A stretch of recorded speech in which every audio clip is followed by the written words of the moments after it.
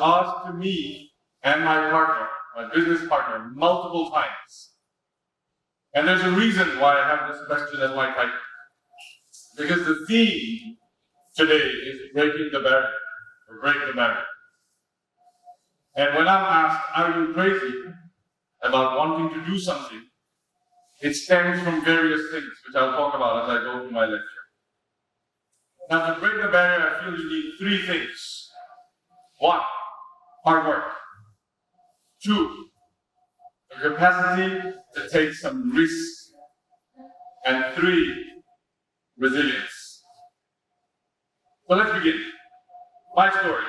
As you can tell, probably, my dad was in the army, so I was an army brat. I went to 7 schools by the time I was in grade 6. A lot of exaggeration. I don't even remember some of the names of the schools. And this happy kid sadly had a sad turn of events because my parents found out that I was struggling to breathe quite often. I have a hole in my heart. So I'm going to share a little bit about my parents because I want hard work, risk, and resilience to resonate throughout my speech today. And I'm going to show you what my dad did. So back in 1987, there were no heart surgeons in Bangladesh who can do open heart surgery. And so they needed someone to come from another country. So luckily, my parents found these American surgeons who would come as a team, operate, and then go back. And before me, there was another 1-year-old girl next in line. So they came, they operated on her. They left. She did not survive in post-op care. So my dad and mom, they freaked out. They were like, no way, we're not doing the surgery in time. And my dad, being an army officer and a very junior officer, he could not even afford a plane ticket to America. So what did he do? He started writing letters. No Facebook, or just pick up Google and a phone number. So he started writing letters to hospitals all over the world. And after the 20th, roughly the 20th letter, with the help of an ex-cadet college borrow bhai of his, one of the hospitals in New York basically came to my rescue. And they did 3 charity open heart surgeries for 3 children from all over the planet. And I was the kid from Bangladesh. And this was in the news. So I made a miracle, if you like, but it's actually thanks to my dad's resilience. And the president at the time, his wife paid for our flights and gave us $500. We couldn't afford anything. And so you have before and after. Whole fixed, doing some karate, happy days, all good. And fast forward a few years to one of my schools, Cosmic International. And this is my mom's resilience. Very little salary. My mom would take a rickshaw one way and just stay at the school for 3 hours every single day just to save 5 taka back and forth. She would wait every single day and then come back to save 5 taka. Alright? Stay with me. And then fast forward another 10 years, 12 years, and I've moved to England at the age of 16. And then I go to uni. And at university, my father cannot afford. He saved a lot, with a lot of hard work, to pay for my coaching. So for example, for my private tuition in Dhaka, he owned 1/4 of a rooftop. And he sold that because his salary at the time was 12,000, and my coaching fees monthly was 15,000 pounds. And this links to why I wanted to do cheap with my partner Shahir. Because many parents have to go through this for high quality education. And so fast forward to university, beyond my mother's rickshaw life that just were one way and she stays there for 3 hours, then came my hard work. And at university, my dad couldn't give me enough money beyond paying for my fees and my dorm room. So this, fabulous, isn't it? I'm so glad I actually lived in this building. This is my university, we're all the way. So I used to work as a campus ambassador showing parents around for prospective students. That was my first job.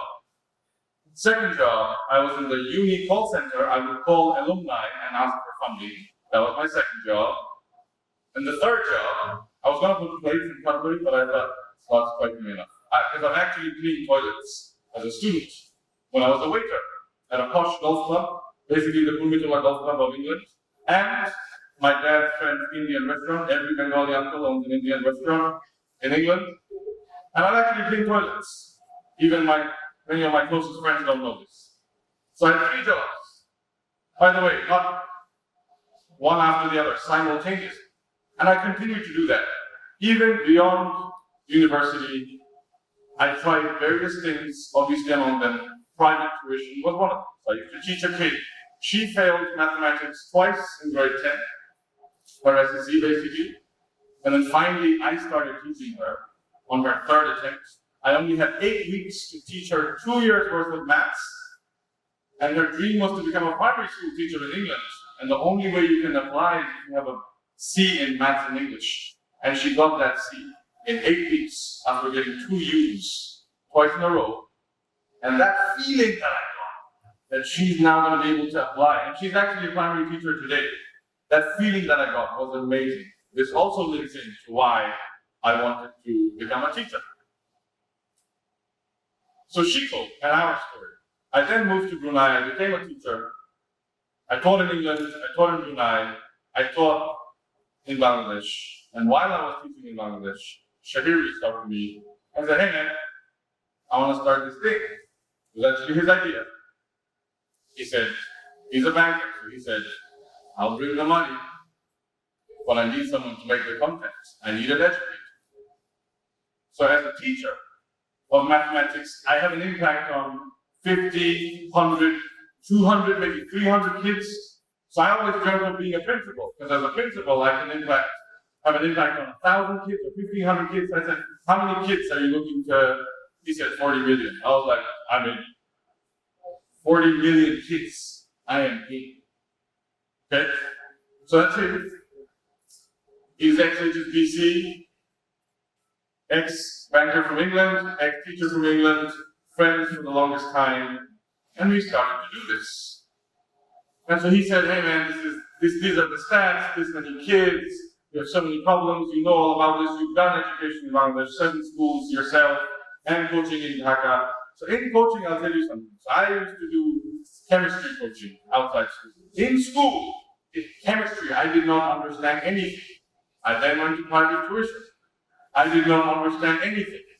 How could I go home and tell my dad, I was a teacher in that moment? How could I say? He sold something. He sold a piece of rooftop, one of his possessions, for my coaching. I couldn't.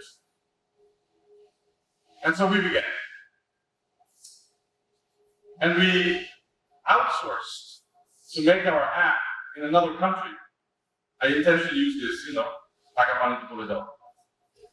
And we lost $5,000 because this company gave us a shitty team of engineers. And this is our own money, by the way, no funding yet. And I don't know if you know, teachers don't make much money in any country on the planet. But so that was painful. It took me a lot of time to save even half of that. Because it's me and Shahir, it's half, right? And so we said, are you going to give us something back? This is crap. We can't work with this. And they said, nope, sorry, first installment gone. So we came to Bangladesh and started from scratch. Well, I was already here. But we brought the app stuff to be made in Bangladesh. And we started all the way from scratch after struggling in this country for 3 months. And then I was like, okay, first hurdle done. No one wants to work for you. No one. I need someone to write scripts for me. And I give out an ad on bdjobs.com. I get lots of CVs, but they're not the kind of people I need. I need highly educated, highly talented, so someone who's extremely good at maths, but also creative, to write content for me. So what do? Literally, the CVs I find are crap, and the kids I want are not interested. So I then, every weekend, went to Dhaka University, QUET, with leaflets. I literally bought dalpuri, and I walked around each canteen, basically begged, Apu, ekটু বসতে পারি? ভাইয়া একটু বসতে পারি? Literally, table to table. 90% looked at me. Everything's weird what they're doing right now. Right? Hopefully I don't do that. You know. And then some of them said, sure, because they looked at the dalpuri, not me. And then I literally sit, I push the dalpuri towards them and start telling them about shit. Start telling them about me, my dream, Shahir's dream, what we want to achieve, and what we want to give to the children of this country. And after all my visits and dalpuris, I got 2 guys. DU Mathematics to start enjoying, and one was a physicist from BRAC, already working at BYLC, so they joined part-time. So now there was 4 people at Shifa, and 1 IT guy, 5. Okay? So we now start the dream, the disruptive solution that is Shifa. Learn, practice, analyze, and you want to connect the kids together as well, to each other, gamify, all of that. Happy days again. I have 2 dalpuri fans working for me, right? And we want to build this. This is the dream. A 360-degree digital learning experience. You watch an animated video. Trigonometry is boring, right? I mean, not to me. I'm a math geek. I love trigonometry. But to the average human being, trig can be boring. I'm sure Pythagoras almost found it kind of cool. A squared plus b squared equals c squared. Go to page 267. Do questions 9 to 13. That's what I was told. In Bangladesh. I don't blame my teachers. They did the best. I love them to bits. I adore them. I'm so proud of what I have achieved because I've achieved it because of my parents and them and their teachings. But if they had the resources, they could have done better, right?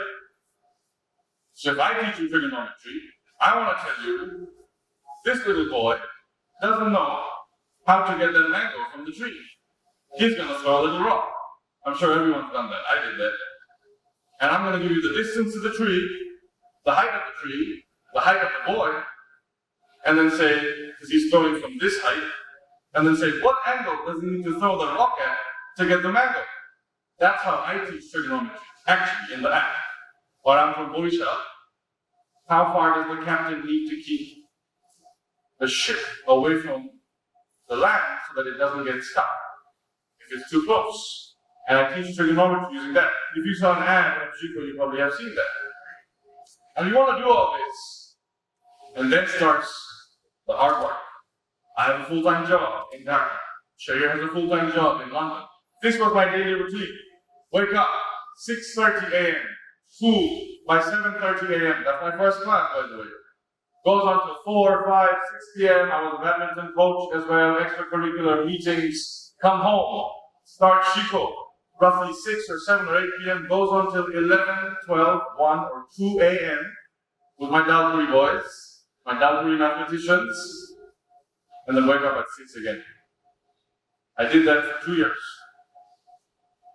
Roughly 4 hours of sleep. Don't try this at an old age. It's not nice. Minus 30s, it's okay. Beyond 30s, it's tough. But this grind doesn't stop. I'll tell you that. I will tell you where we are today, from 5 people to where we are today, but the grind doesn't stop. So we looked at the sky, me and Shahir, with hope. And we found COVID. We found COVID. And COVID hits, and all the millionaires and billionaires of the country and the planet have zipped their pockets and they don't want to give any funding. Because we started in like November, and COVID hits proper in Jan. First lockdown in Bangladesh, I think, was March or April. And we need money. I'm a teacher, man. Shahir maybe has a bit more money, but I don't. And we want to go halvesies, right? So, we're desperate. And this is where the grind continues. All the wake ups, All the wake ups, and we keep looking up at the sky, and then bang, angel money. The world of startups. This often saves the day. So we finally had 2 angels who believed in us and gave us $100,000. So with that, we then started making content, more and more content. This is what it looks like. So there's stuff happening around me. I will draw a triangle, and the triangle will appear on screen. Like I said, trigonometry, Bureka, Usireka, start from the basics. I look at the national textbook. I think about what's missing even from the textbook, and I add that at the start of the lesson. Or I give you some history, number systems. I'll tell you where numbers come from. Who invented 0? You don't need it, but it makes it a bit more interesting, because I did not enjoy number systems in school when my teacher taught it to me, but I wanted to enjoy it. I want the kids at the back to care about what I'm telling them.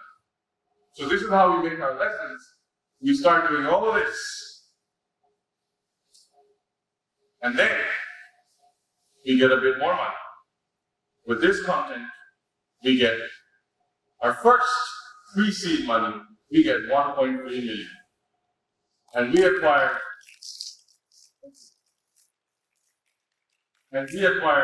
Bohubri. So they do professional skills, we care about quality. We searched all over Bangladesh and found this guy, Piyash. Amazing guy. And he's making amazing content for professional skills. And we say, hey man, why don't you join us? Was it that easy? No. And what like you don't need something. 1 year of conversations. 12 months of conversations, finally, led to him joining us. So we now have SSC, HSC, and we want to go on to admissions and jobs eventually, but we already have skills. The pieces are slowly being put together. How many of us now? 22 of us. 1.3 million, 22 of us. When this 1.3 million came, just before that, again, my dad was very worried. Army man, what is human nature for a parent who's a working class parent? Don't invest in a business. FDR. Right? And that's why I asked, how many students in this room? Because I'm a 33-year-old man. And my dad's like, hell no, are you serious? You're going to quit the job? Are you crazy? Because I came back in this country as an expat. So I got paid in US dollars. Without cash. I had health insurance in 201 countries on the planet, even on holiday. I had flights to Europe back and forth once a year. I had an apartment provided for me by my school. So the question was, my dad, credit to him, he didn't utter the phrase, but some of my friends, some people I know said, are you crazy? In Bangladesh and in England to Shahir, are you crazy? Because he's a director at HSBC, has a kid, lives in England. Also, in addition, we're going to move back to Bangladesh after living, because I lived away for 16 years. It's not easy. Never lived here in Islam. But, so I can cope with Bangladesh, not an issue. But people kept saying, are you crazy? Because they don't see it, they don't believe in us, but we believed in ourselves. And we kept going and raised 5.3 million total. So these are our investors. If you don't know much about us, you can look us up, you can read more about us, and we raised that. And finally, our mission, which was to build and democratize access to high-quality education. Something world-class, because I've been looking at other edtechs all over the planet, and what we do, I used to teach in international schools. Their fees are much more than my university fees in England, but I cannot do animation. It's impossible, even in an international school. So the way I can give you a self-help tool for revision, for after-school preparation, no school, not even the most richest school on the planet can give you that. That's the beauty of having funding, and talent, and hard work, and piece all that together, and resilience, lots of doubt beliefs, lots of are you crazy? No, I'm not. Those conversations which are annoying as hell, which you have to happen, And then finally we move forward. And that's why I asked, how many of you are students in this room? Because I, as a 32-year-old, as a 33-year-old, as a 34-year-old, kept hearing, are you crazy? Because I actually quit my job. And I say to all of you, if you work hard, take a bit of risk, a calculated risk. Why do I say calculated? I invested everything that I had in Chico at that time, at that age. But I thought to myself, I'm now 33 years old. Even if I lose all of this, I'll save again. It's okay. It's not too late. So I'm not encouraging you to take crazy risks, but calculated risks. And finally, resilience. Don't give up. Like my dad kept writing to every single hospital that he could think of or know of from other people for his son's surgery.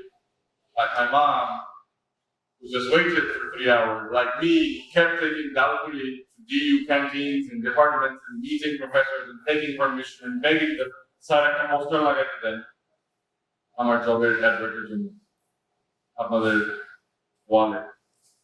In every single department of science, don't give up. And then someday, like me and my partner Shahir, where if you could put a golden dot for every single kid in Bangladesh that has downloaded our app, this is what it looks like today. Thank you.